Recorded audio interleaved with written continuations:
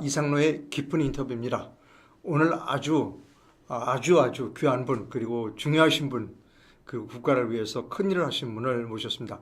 전민정 대표이십니다. 네, 안녕하세요. 만나서 반갑습니다. 네. 먼저 우리 전민정 대표님이 어떤 일을 하시는 분인가, 그 프로필을 여러분께 보여드리도록 하겠습니다. 뭐 여러 가지 일을 많이 하세요 보니까. 프리덤 칼리지 장학회를 대표라고 하시는데, 프리덤 칼리지 장학회라면 무엇을 하는 데가 프리덤 칼리지입니까?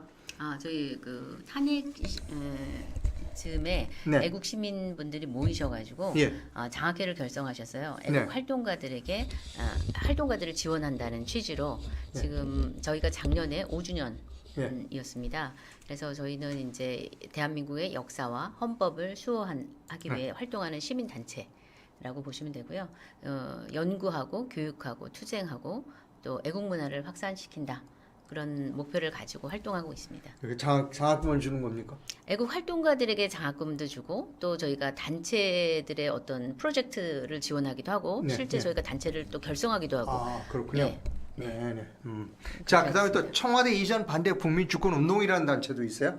네, 네. 그거는 저희 작년에 그 청와대를 이제 갑작스럽게 이전을 하는 거를 결정을 했을 때 네. 이거는 헌법에 맞지 않다. 네. 그리고 국민의 동의를 구해야 되는데 국민 동의 없이 이렇게 졸속으로 이전하는 것은 안 된다라는 취지로 제가 청와대 이전 반대 국민 주권 운동을 했습니다. 그래서 당시에 저희가 이제 헌법 소원을 2차례 했었고 그다음에 이제 국민은 청와대 이전을 반대한다라는 책을 써서 윤석열 당시 대통령께 당선인 시절에 전달을 해서 재고해 보시도록 요청을 했는데 뭐 제대로 되지 않았죠. 그다음에 또 제주 4.3 사건 재정립 시민연대의 대표이세요? 네. 네. 제주 4.3 사건 재정립 시민연대는 2021년 4.3 특별법 이제 전부 개정안이 국회에 통과될 때 그걸 저지하기 위해서 저희가 결성을 하게 되었고, 원래 프리덤 칼리지 장학회에서 이제 4.3 사건 진상 제조사반 해서 시민들이 모여서 4.3에 대해서 공부하고 그다음에 4.3을 어떻게 올바로 알릴 것인가 이런 거 고민을 많이 했는데, 이제 국회에서 특별법이 통과되는 게 너무 심각해서 그걸 막기 위해서 이제 시민연대를 결성했고, 이제 자세한 얘기 이제 이따가 저 풀어주시면 되고요. 자, 이제 오늘 모신 이유가 있습니다. 지금 국민의힘 그 전당대회가 있어요. 네. 어제 제주도에서 첫 번째 합동 유세가 있었는데, 태영호 의원이 발언을 했고, 그다음에 또 이렇게 4.3 사건과 관련하여 사과한다, 이런 사과하는 뭐 절도 올리고 그랬어요. 그 장면 잠깐만 보여드리겠습니다. 어제 태영호 의원이 전당대회 시작하기 전에, 자기 발언하기 전에 사과의 절을 올린 그런 게 있습니다. 보여드릴게요. 자, 먼저 짤막하니까 그것부터 먼저 보여드리도록 하겠습니다.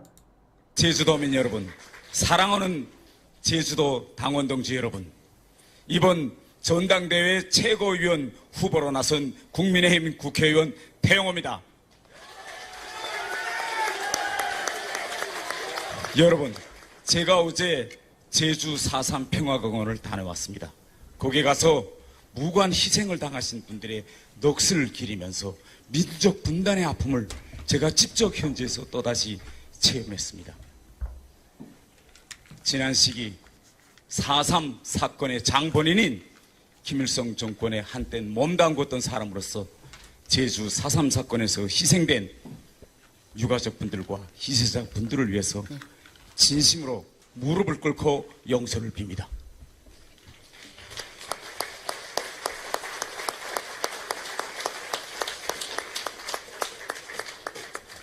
여러분 여기까지 이제 보여드렸습니다. 그리고 이제 이것과 관련돼서 이제 제주 4.3 사건과 관련된 그 유족회가 있는 것 같아요. 거기서 이제 항의도 하고 뭐 그랬습니다. 그때 오늘 아침에 태영호 의원이 자신의 입장문을 다시 한번 발표했어요. 입장문을 좀 여러분하고 같이 한번 읽어보도록 하겠습니다. 태영호이 발표한 입장문입니다. 이건 제가 읽겠습니다.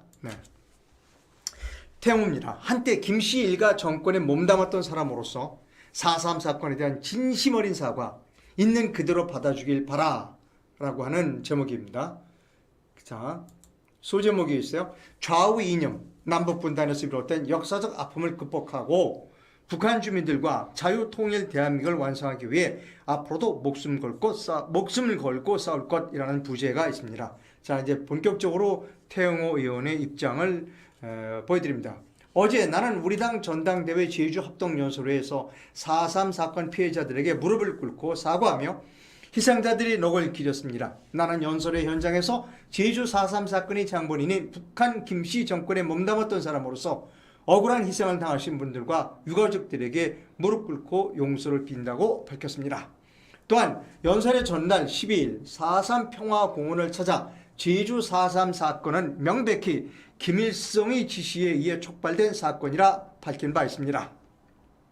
이에 대해 4.3 희생자 유족회는 북한 지령설은 근거가 없고 해묵은 색깔론이라고 평하면서 제주도민을 분노케 했다고 입장을 냈습니다. 제주 출신 민주당 국회의원들도 일제히 나의 행보를 비판하기 시작했습니다. 나는 북한 대학생 시절부터 4.3 사건을 유발한 장본인은 김일성이라고 배웠고 지금도 그렇게 생각하고 있습니다. 해방 후 혼란기에 김일성은 유엔의 남북한 총선거 안을 반대하고 대한민국에서 주한미군을 철수시키며 50 단독 선거를 반대하기 위해 당시 남도당의 전 국민 봉기를 지시했습니다. 당시 남도당 제주도당은 국가 권력에 의한 제주도민들에 대한 과잉 대응을 악용하여 무모한 무장폭동을 주도했고 그 과정에서 이념과는 아무런 관계가 없는 많은 주민이 억울하게도 국가 권력과 극우 단체들에 의해 희생당했습니다.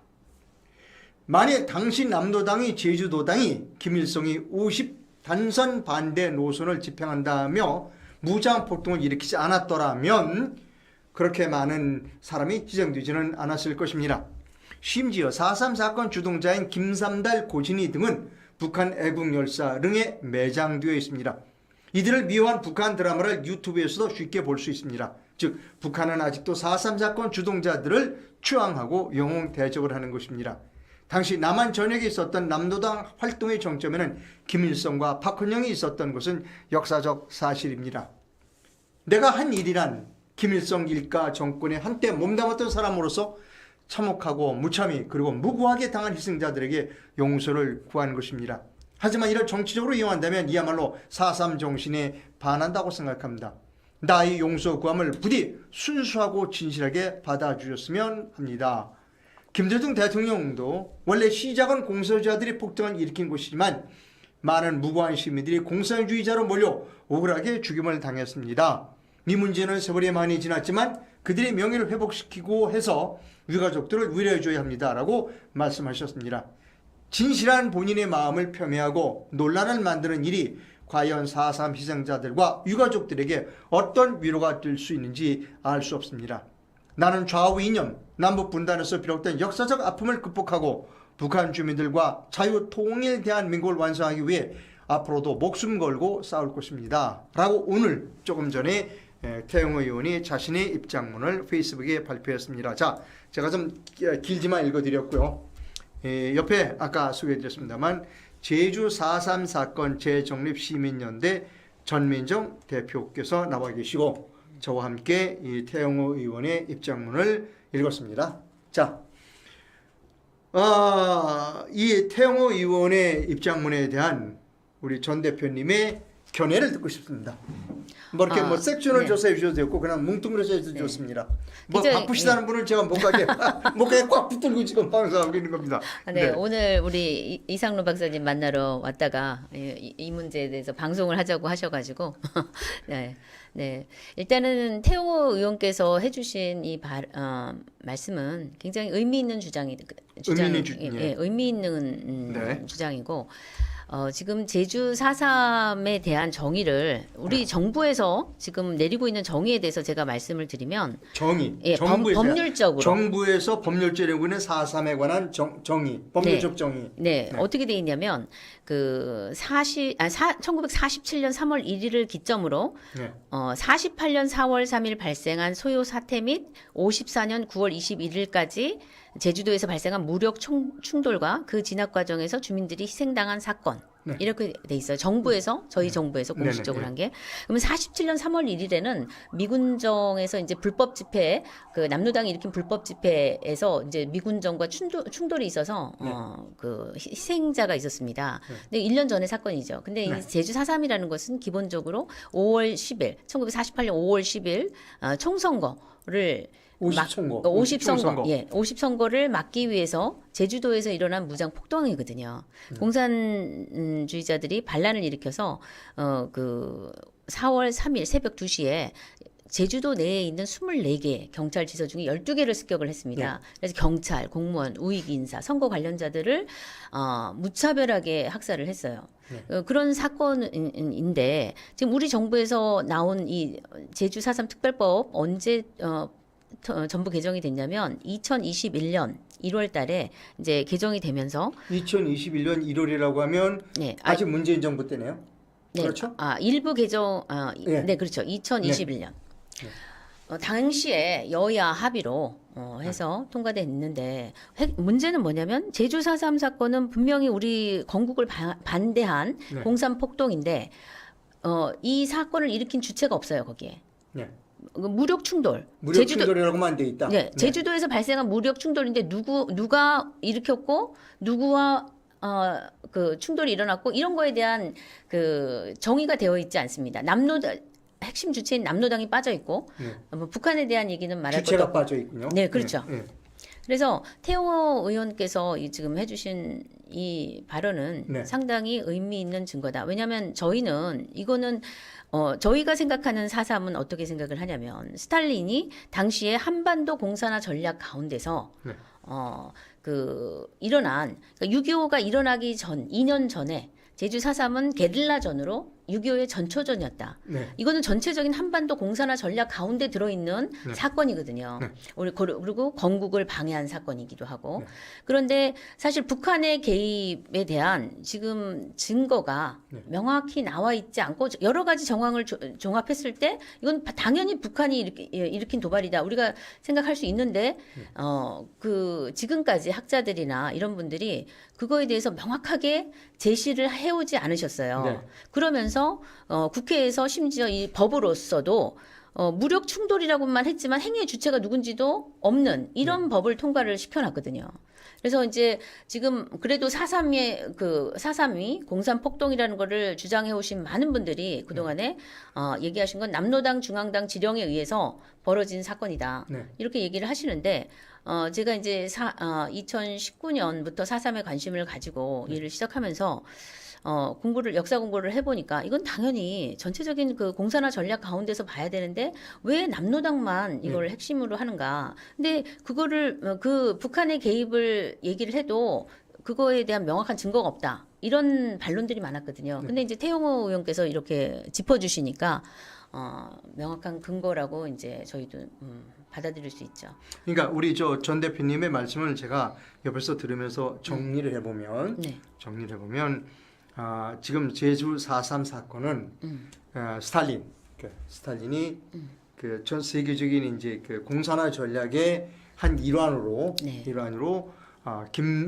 북한에 지령을 내렸고 북한이 남로당에게 지령을 내린 그렇게 해서 이렇게 체계적인 그 지령 계통이 있었다라고 이해하신다는 거죠. 네, 그렇죠. 네, 근데 그 많은 사람들은 지금 현재 그것이 북한과 관련이 없고 오직 남쪽에 있던 그 남로당에 의한 그 사건이었다라고 사람들이 이해하고 있고 그렇게 말하고 있다 현재. 그러니까 그렇게 주장하시는 그렇게 주장하는 사람들이 있다. 네, 많으시고. 근데 이제 모르겠어요. 저와 견해를 같이 하신 분들이 계신지는 제가 아직 이제 만나 뵙지는 못했기 때문에. 그러나 이제 최근에 그 4.3에 대한 이제 연구들이 계속 진척이 되면서 왜 북한이 개입이 되어 있는가 보면은 그 4.3 당시에 제주도에 뭐 인공기가 개항이 된다던가 그다음에 뭐 적기가를 부르고 조선민주주의인민공화국 만세 그 4.3 전에 사건 전에 아니 제주도에서 당시에 4.3 당시에 그런 신문 기사들이 있습니다. 예 그리고 또 그 4.3 폭동을 일으킨 인민유격대 제1대 사령관을 김달삼이라고 해요. 예, 김달삼. 김달삼이 48년도에 4.3을 일으키고 얼마 안 돼서 8월 21일에 월북을 합니다. 예. 그러니까 모술포항에서 5만 2천 제주도민 5만 2천 표를 가지고 월북을 해서 네. 우리나라 건국은 방해하고 북한의 그 남조선 인민 대표자회에 참여해가지고 북한 정부 수립을 그 지지하고 그 표를 가지고 거기에 투표를 하는 그런 일을 벌입니다. 자, 중요한 말씀이에요. 그러니까 북한의 정권 수립에 필요한 표를 이제 남쪽 제주도에 있는 주민들이 표를 가지고 북한으로 갔다. 김달삼이. 네, 그렇죠. 지금 그런 겁니까? 네네. 예. 그것을 그런 기록이 있다. 아니면 예, 그럼요. 증거가 그건 있다. 예, 그럼 당연한 거죠. 당연하다. 예, 그래서 김달삼은 그 지금- 북으로 가가지고 네. 그 사람이 북한 일기 최고 인민 회의 대의원이 됩니다. 여기 그 태영호 의원도 그렇게 주장하고 있어요. 네, 4.3 사건 주동자인 김달삼 고진이 등인 북한 애국 열사능에 매장되어 있다. 네, 그리고 그렇죠. 지금도 4.3 사건 주동자들은 북한에서 영웅 대접을 받고 있다. 그리고 김달삼은 북한 헌법위원회 위원으로도 활동을 했고, 네. 그다음에 북한의 그 일종의 건국 훈장 같이 국기 훈장 2급을 네. 받았습니다. 그리고 애국 열사령에 가묘가 있는 걸로 알고 네, 있습니다. 네. 애국 열사. 네. 네. 그렇다. 네. 보시죠. 그리고 북에 가서 스탈린 만세를 외친 기록이 있습니다. 김달삼이. 네. 예.